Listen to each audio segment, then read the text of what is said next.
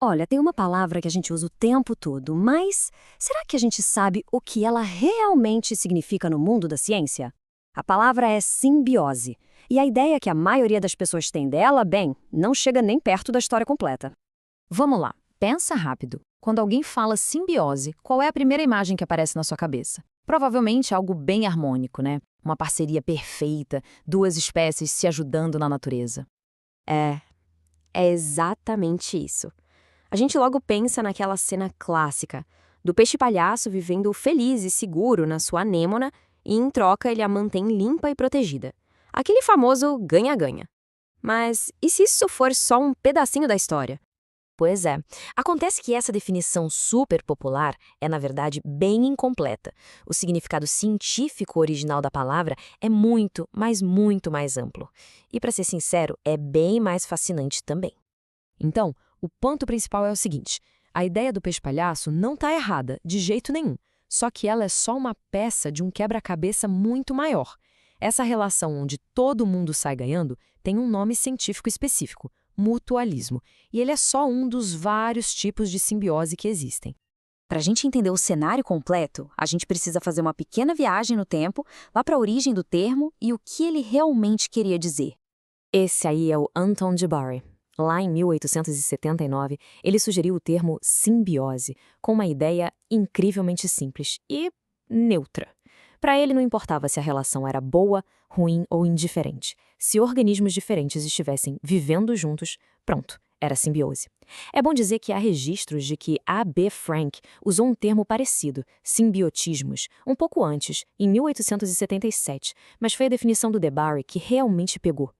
E aqui a gente vê exatamente o que cabia debaixo desse grande guarda-chuva da simbiose do de Barry. O mutualismo, a relação mais-mais, é só uma delas. Tem também o comensalismo, que é o mais zero, sabe? Um se beneficia e para o outro tanto faz. E, claro, o parasitismo, a clássica interação mais-menos, onde um se dá bem às custas do outro. Todos eles, sem exceção, são tipos de simbiose. Agora, a parte mais curiosa dessa história é: como é que uma definição tão clara e direta conseguiu virar uma confusão que durou mais de 100 anos? Foi basicamente um acidente histórico. No comecinho do século XX, o termo caiu no gosto popular, mas só para falar das relações boas, das amizades da natureza.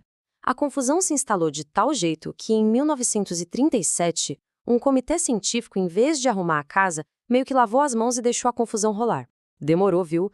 Foi só lá pelos anos 70 e 90 que os biólogos resolveram dar um basta e começaram uma campanha para resgatar o significado original do de Barry. E essa frase do biólogo M.P. Starr, lá de 1975, captura perfeitamente a frustração dos cientistas. Ele achava monstruoso do ponto de vista da lógica dar o mesmo nome para a categoria inteira e para uma partezinha dela. É como se a gente resolvesse chamar toda e qualquer fruta de maçã, entende? Não faz o menor sentido. Ele estava mostrando o quão ilógico era reduzir um conceito tão amplo a apenas um pedaço dele. Tá, mas e aí? Essa briga toda dos cientistas deu em alguma coisa? Vamos pular para os dias de hoje e ver o que os dados, o que os livros didáticos nos dizem. E a resposta é um gigantesco sim. Deu certo. Um estudo de 2013 que analisou vários livros de biologia geral descobriu que 100% deles, é isso mesmo, todos eles, voltaram para a definição ampla do de Barry, incluindo mutualismo, comensalismo e parasitismo. Aquela ideia de que simbiose é só cooperação foi abandonada. Agora, só para a gente ver como as coisas podem ser complexas, no campo específico da ecologia, o cenário é um pouquinho mais variado. 40% usam a definição clássica, certinho, mas outros 30% expandem o termo para incluir todas as interações entre espécies. E os outros 30%? Esses simplesmente evitam a palavra, provavelmente por causa de todo esse rolo histórico. Mas aqui está o número mais importante de todos: 0. 0%. Nenhum, eu disse nenhum, livro didático moderno, seja de biologia ou ecologia, define simbiose como sendo apenas mutualismo. Fim de papo. O mito foi oficialmente, cientificamente, derrubado. Com o mito fora do caminho, a biologia moderna nos oferece um jeito bem mais sofisticado de pensar sobre essas relações. Não como caixinhas separadas, mas como pontos ao longo de um espectro contínuo.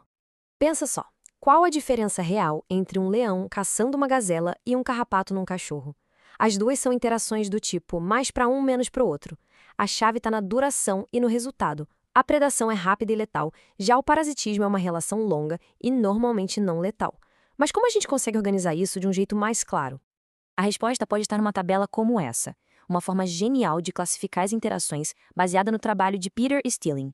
Ela usa duas métricas, intimidade e letalidade.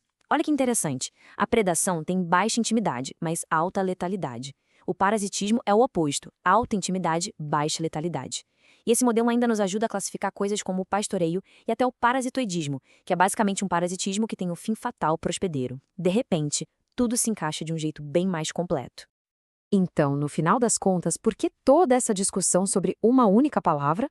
Porque usar a linguagem científica do jeito certo nos permite enxergar a natureza como ela realmente é, uma teia de interações incrivelmente complexa, que vai muito, muito além da cooperação. Entender a definição correta de simbiose é entender a base de toda a ecologia. E isso nos deixa com uma pergunta para refletir. Se aquela ideia confortável de simbiose era só a pontinha do iceberg, que outras interações, neutras, de conflito, de parasitismo, estão acontecendo agora, em silêncio, definindo os ecossistemas por toda parte? Fica a lição. A natureza é muito mais do que apenas amizade.